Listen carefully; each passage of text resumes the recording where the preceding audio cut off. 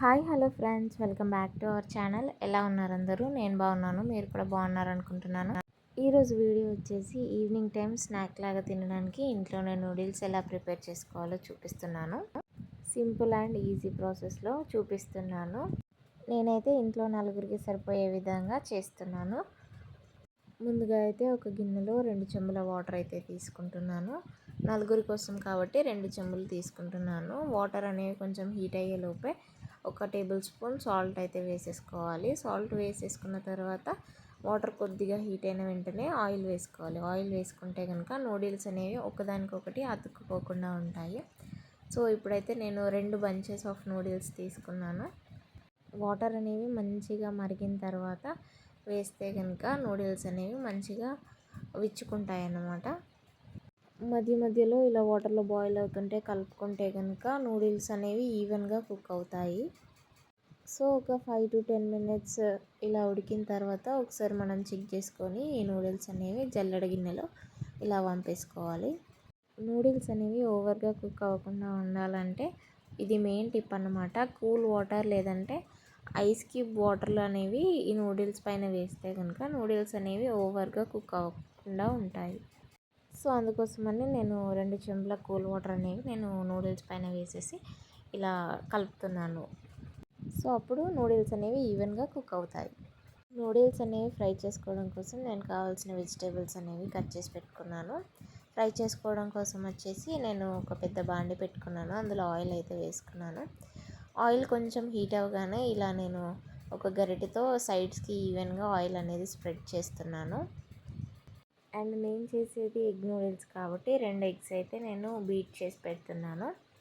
ఇలా బీట్ చేయడం వల్ల ఆమ్లెట్ అనేది ఫ్లఫీగా వస్తుంది. మనకి నూడిల్స్లో ఆమ్లెట్ అనేది మంచిగా తాకుతుంది.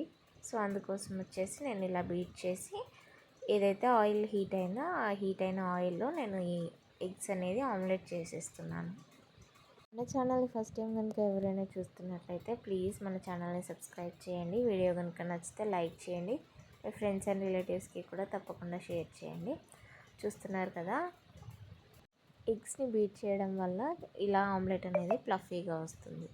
సో ఆమ్లెట్ అనేది ఫ్లఫీగా వచ్చిన తర్వాత నేను అది కలర్ చేంజ్ అవ్వకముందే ఇందులోనే నేను కట్ చేసుకున్న వెజిటేబుల్స్ అన్నీ యాడ్ చేస్తున్నాను. ఎక్కువగా వెజిటేబుల్స్ ఏం తీసుకోలేదు. ఇంట్లో ఉండే ఆనియన్స్, చిల్లీస్, టొమాటోస్ తీసుకున్నాను.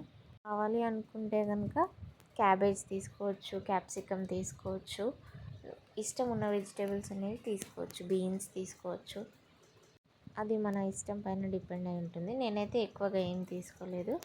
టమాటోస్, ఆనియన్స్, చిల్లీస్ తీసుకున్నాను. అండ్ నేను ఇంట్లోనే చేస్తున్నాను కాబట్టి ఎక్కువగా ఏం సాసులు అలాంటివి ఏం యూజ్ చేయకుండా ఓన్లీ కారం, ఉప్పు మాత్రమే యూజ్ చేసి చేస్తున్నాను.